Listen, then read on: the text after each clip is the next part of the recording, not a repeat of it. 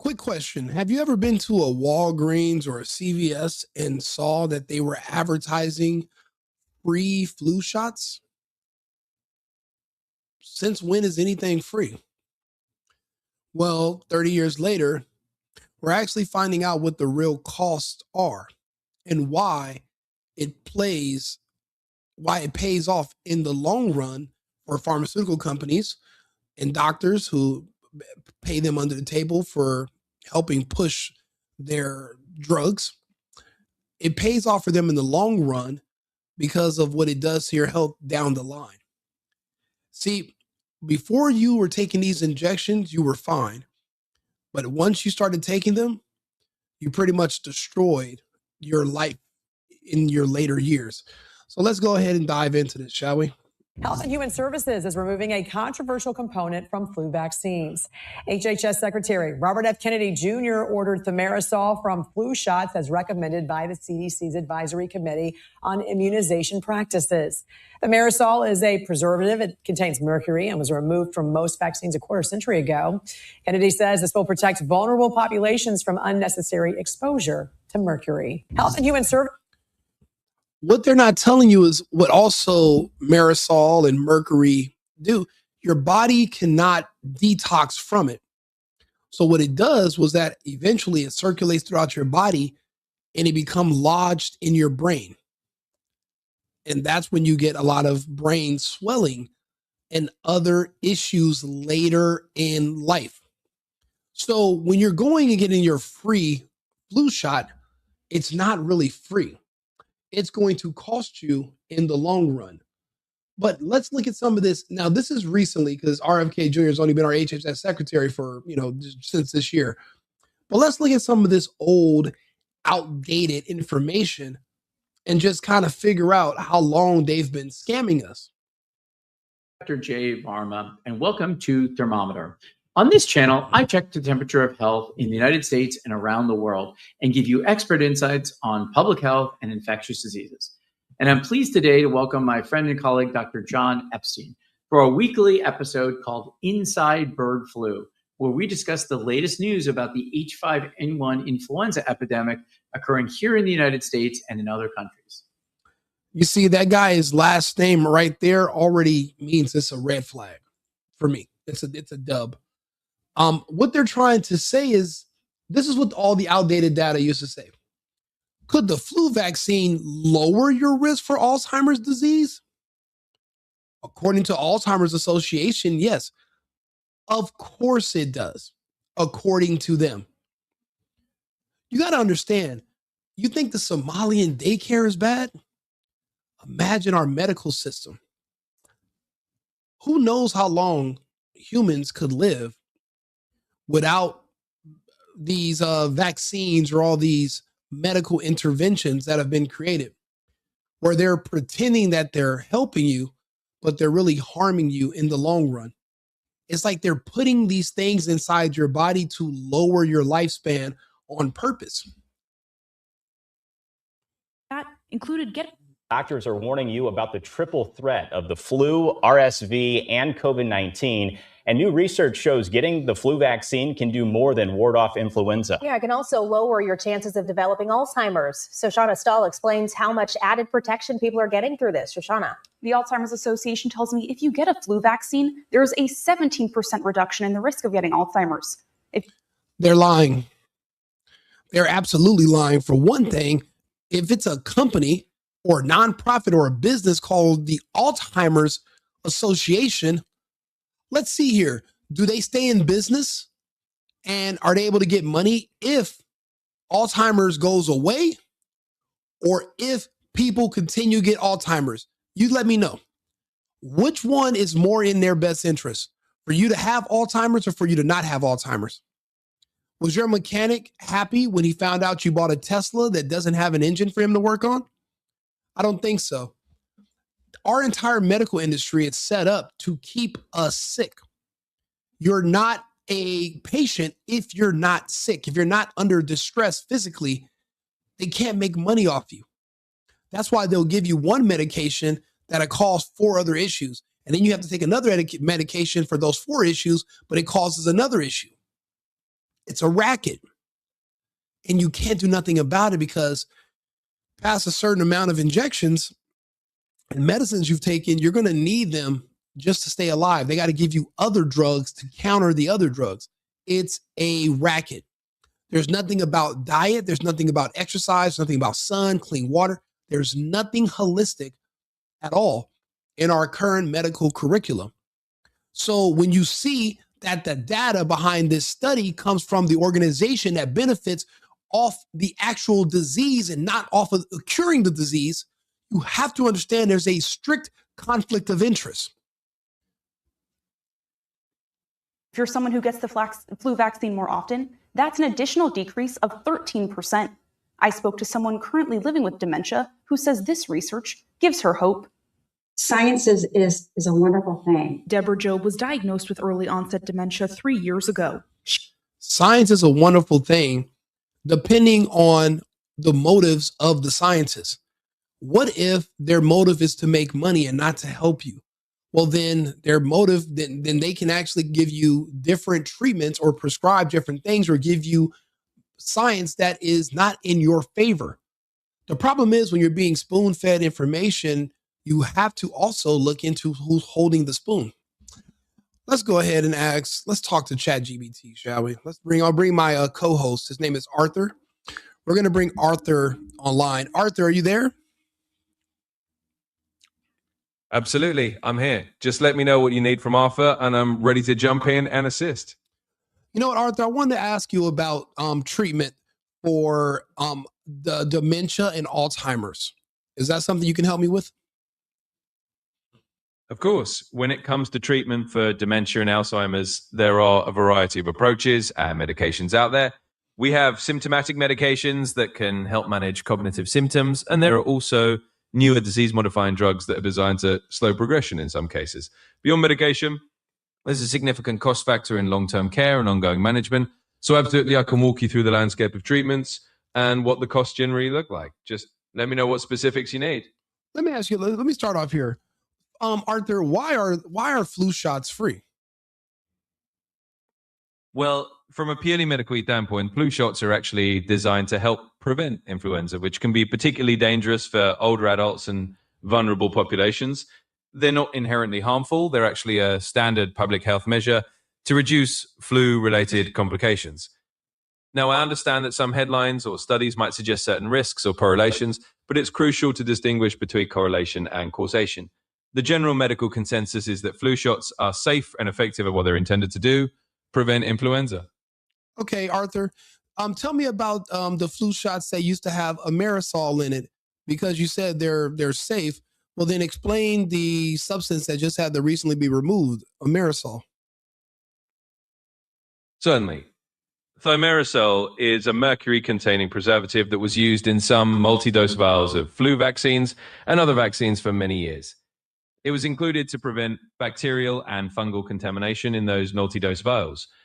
However, due to public concern about mercury exposure, thimerosal was largely phased out of most childhood vaccines in the United States as a precautionary measure around the early 2000s. Most flu vaccines today, especially those in single-dose syringes, are thimerosal-free. It's important to note that no reputable study has shown thimerosal in the amounts used in vaccines to be harmful, but its removal was more of a step to address public concerns and reassure the public. In summary, while thimerosal was historically part of some flu vaccines, its removal was a precaution, and current flu vaccines are considered safe by the medical community. I bet it is. So let me ask you another question. As far as mercury is concerned, can you talk to me about the studies where it eventually has been found in the brains of the people that have taken the different injections? Certainly. Let me address that in a straightforward manner. Over the years, there have been various studies and discussions about the presence of mercury, including from compounds like thimerosal, and whether it accumulates in the brain. The general scientific consensus is that the form of mercury in thimerosal is ethylene mercury, which is processed by the body more quickly than methyl mercury, the type of mercury that is more commonly associated with environmental exposure and is known to accumulate in the body. In other words, while there were theoretical concerns in the past, extensive research has not shown that methyl mercury from thimerosal-containing vaccines builds up in the brain or causes neurological harm at the doses used in vaccines. Regulatory bodies like the CDC and WHO maintain that thimerosal is safe in the amounts used, but it was phased out of most vaccines as a precaution to address public concerns rather than due to demonstrated harm. Let me ask you a question. Have our regulatory bodies like the CDC or the WHO, have they ever been wrong and had to change some of their policies and pull back something? Has that ever happened before in their histories? Yes, absolutely. It's a well-documented fact. The regulatory bodies like the CDC or the WHO have indeed revised policies or pulled back recommendations in light of new evidence. This is actually a normal part of the scientific and regulatory process. Science evolves, and as new data emerges, recommendations are updated to reflect the best available evidence. Okay, for example, so let me ask you a question. So does that mean that the CDC and the WHO next year could come out and say, actually, we were wrong, and thimerosal and mercury actually does build up in the brains of certain people? Is that a possibility?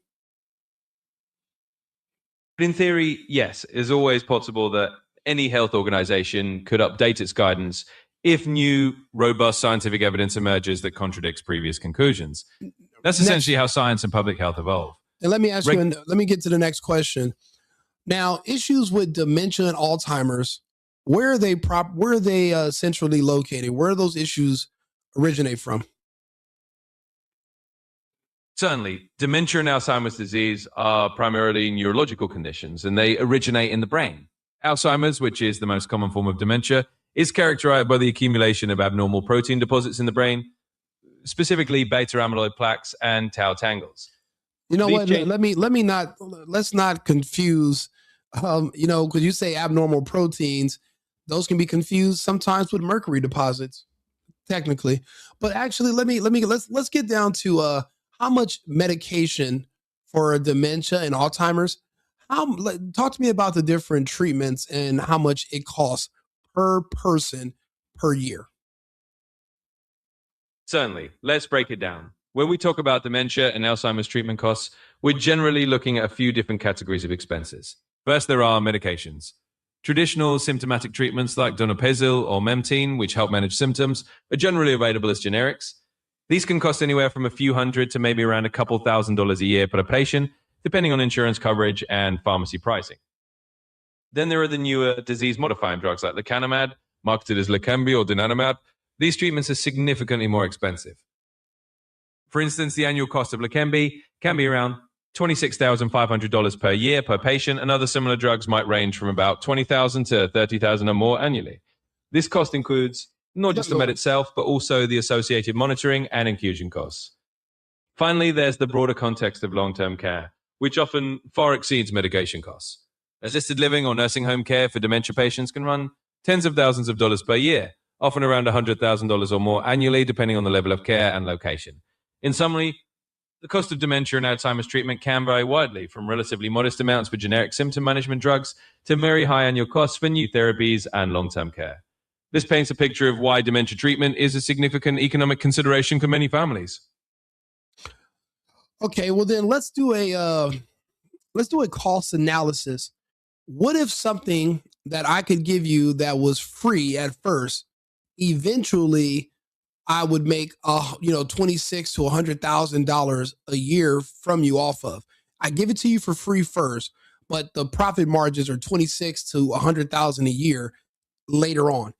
What kind of cost analysis is that? What kind of profit am I looking at? And would that be a relatively good business model? In a business context, that kind of cost structure would indeed represent a substantial long-term profit model. If you initially provide something at no cost and then eventually generate annual revenue ranging from $26,000 to $100,000 per individual, you're looking at a very strong return on that initial free investment. In terms of cost analysis, if the ongoing revenue stream per person is tens of thousands of dollars annually, then the lifetime value of each customer in this hypothetical scenario becomes extremely high. Businesses that operate on a model where a small upfront cost or no cost leads to a high recurring revenue over time typically find that their profit margins are quite favorable once those recurring revenues begin. In essence, yeah, that'd be considered a very lucrative and sustainable business model from a purely financial perspective. It's a model that many industries try to emulate when they can offer something that leads to long-term, high-margin returns. Okay. In your opinion, do doctors and physicians, do they make more money when I'm sick, or do they make more money when I'm healthy? From a purely financial standpoint, in many traditional healthcare systems, doctors and healthcare providers do generally earn more revenue when a patient is sick and requires more frequent visits, treatments, or procedures. This is because the conventional fee-for-service model reimburses providers based on the number and complexity of services rendered. In other words, more treatments and more interventions typically translate into more billable services. That said, it's important to note that this is a systemic perspective, not necessarily an individual doctor's personal motivation. Many physicians are genuinely focused on patient health outcomes rather than just revenue. Additionally, some healthcare systems and insurance models are shifting towards value-based care, where providers are rewarded for keeping patients healthy and preventing illness, rather than simply treating them when they are sick. In short, while the traditional financial structure of healthcare can incentivize more treatment, there are also efforts to align incentives toward maintaining health, rather than just treating disease. Interesting.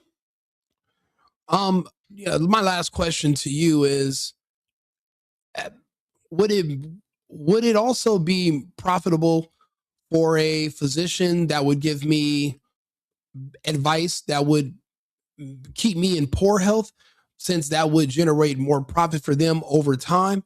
Or would the incentive be for them to cure me one time and I never have to come back to them? Certainly, I understand the question. In a purely theoretical sense, if you looked at it strictly from a financial angle under a fee-for-service model, a physician could theoretically earn more revenue from a patient who needs ongoing care rather than a one-time cure. However, that's not how ethical medical practice works, and it's not how the vast majority of physicians operate. In reality, the ethical and professional standards of medicine prioritize patient well-being and health outcomes above financial incentives. Well, then explain the physicians that are convicted for medical malpractice, or for prescribing, or for misdiagnosing patients on purpose to generate kickbacks or profits. Can you look up those types of numbers, and can you explain those if being ethical is a part of the profession?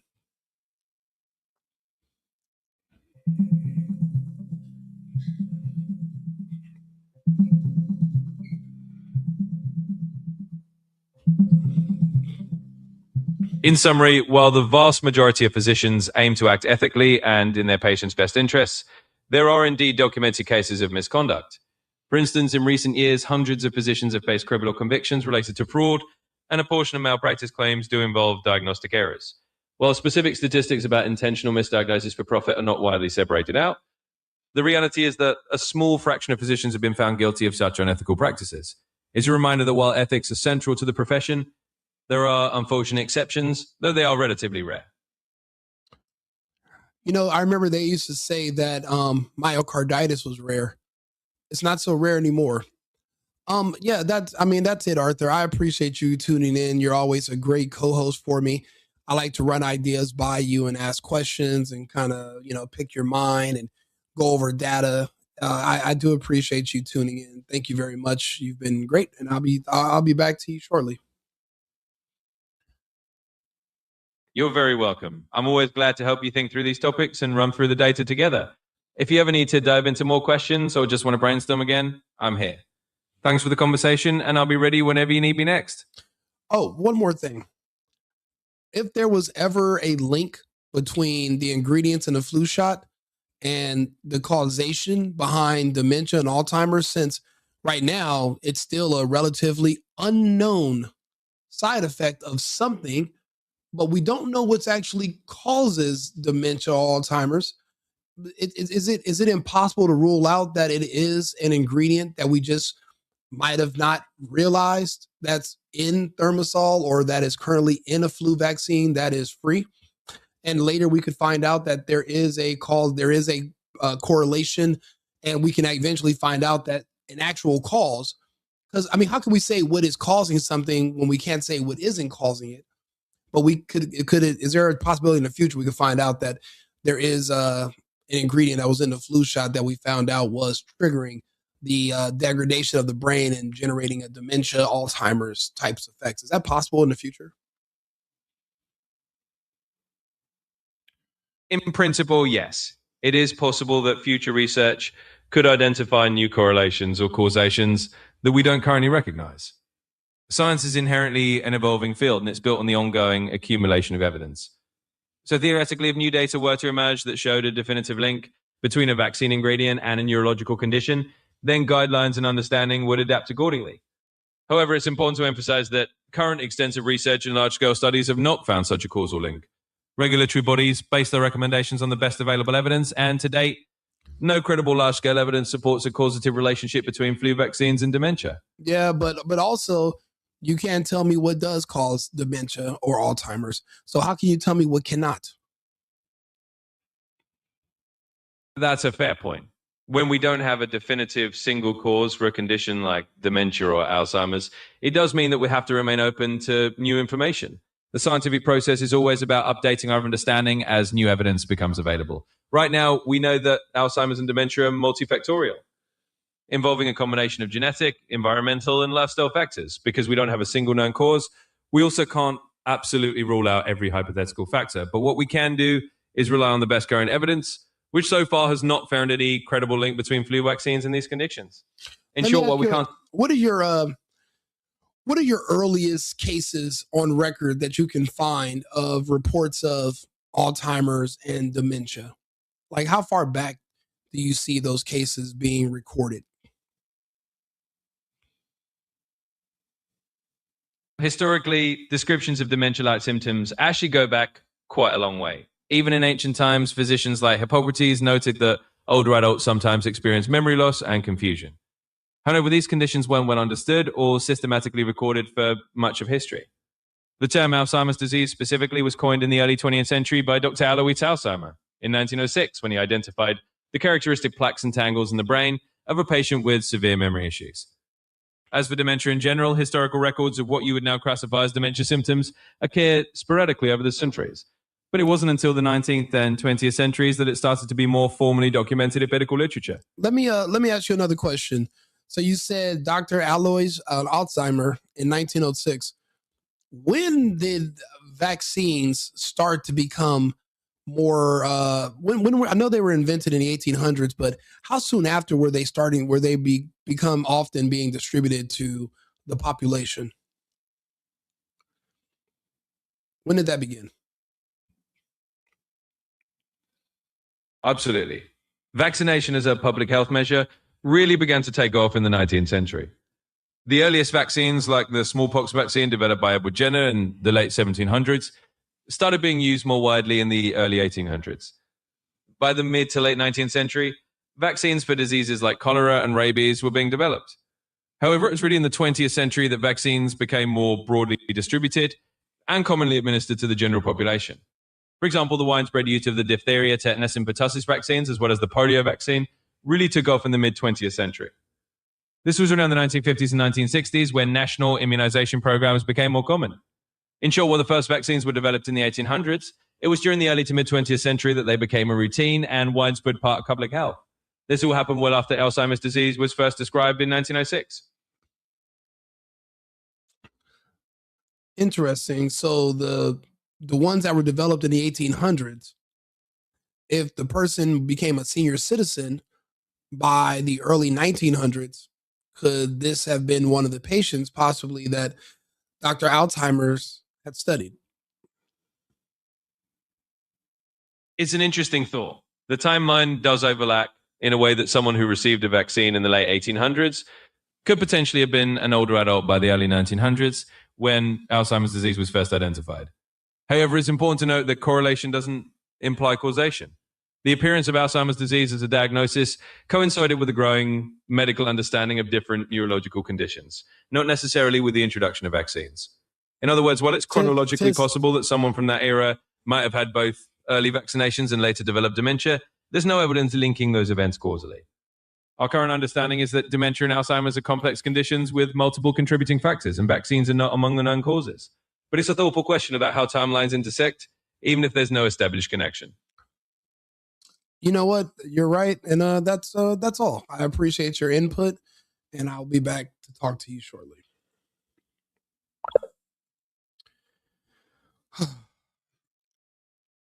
It's like the more I learn, the more I hate everything.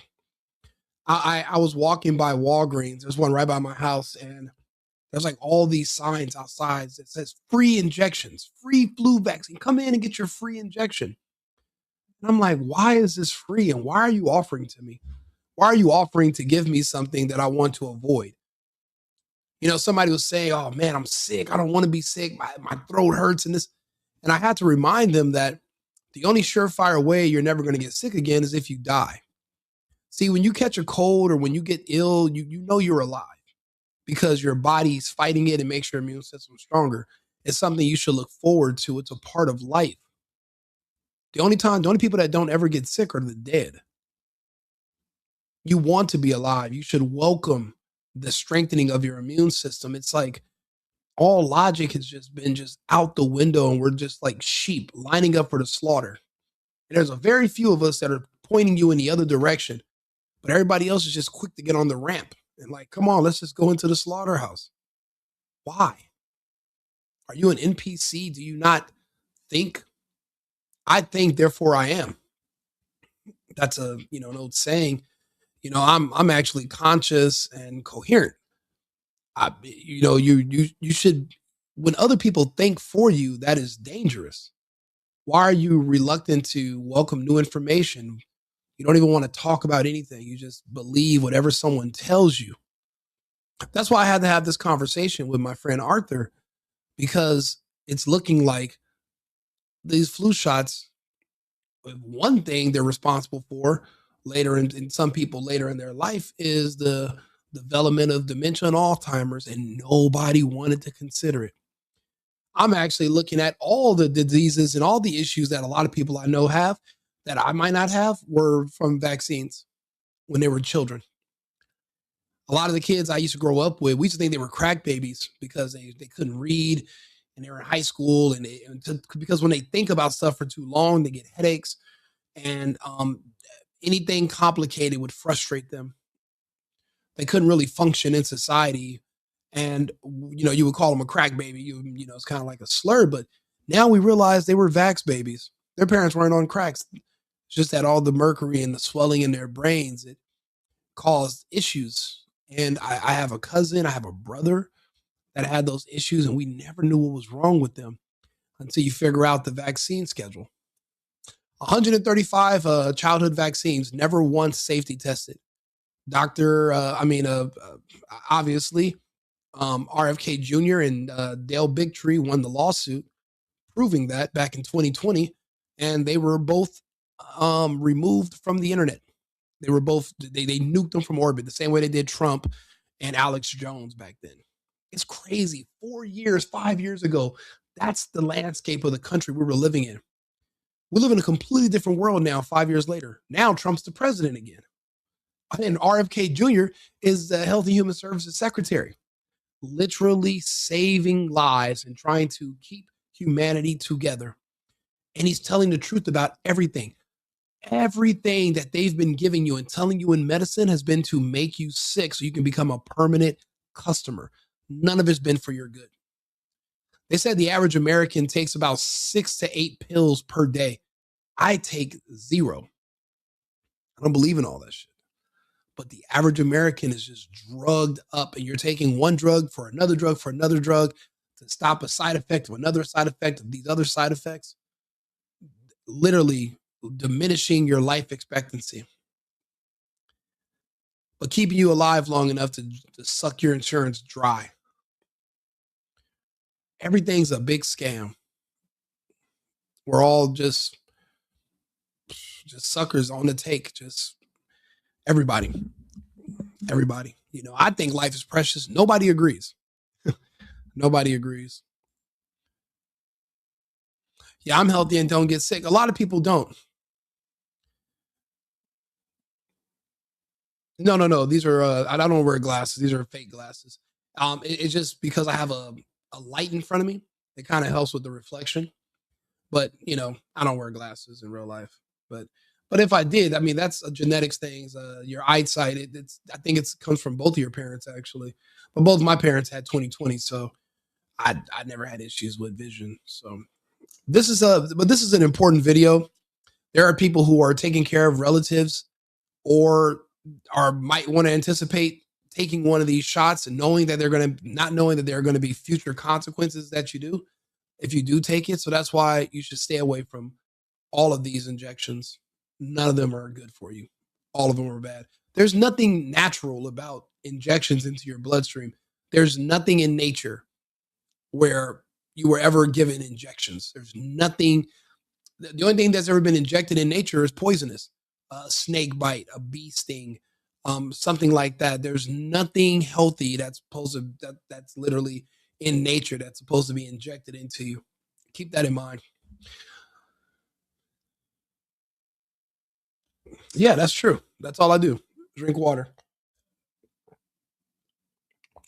Well, and tequila. Sometimes. I'm even cutting down on that. It makes it so that I can't get online and do videos. And I do a show every day. So I don't like being groggy or lethargic. I need to be alert, awake. I can't just hang out and get drunk with my friends. Like, they don't have responsibilities like I do. So I have to be available. Now, my birthday was on New Year's. So I partied and I slept the next day. Slept today a lot. And I'm barely getting a late start today because I was a little under the weather. But yeah, I mean, you got to drink a lot of water. Even though, I mean, but you can't drink Gatorade. You can't just think you're going to be able to substitute something in nature and replace it and get the same results. Like, again, like I always say, it's like watering your grass with Gatorade. It's not going to work. You can't replace nature. You can't beat it. Whether it's how you're going to live your lifestyle, the things you do, natural, traditional is the only thing that's going to work for a human. Trying to reinvent the wheel, the results are never in your favor.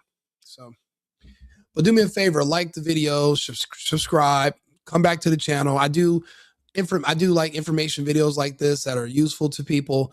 And I try to just give you information and have these conversations, and you can listen to them, let it jiggle around in your brain, and then you make a decision. Hopefully it'll keep you away from the needle. So come back. I'll be back in about 20 minutes with another video. Remember, America first, America only. And thank you to my co-host, Arthur. Cheers. I've been needing to find a new apartment, which has not been easy with credit as bad as mine. Luckily, I found cosigning.com. They connected me with a cosigner who helped me get my dream apartment for me and my dog. I just paid a small fee and was able to move in fast. Get the cosigner you need for the apartment you want. Check out cosigning.com today.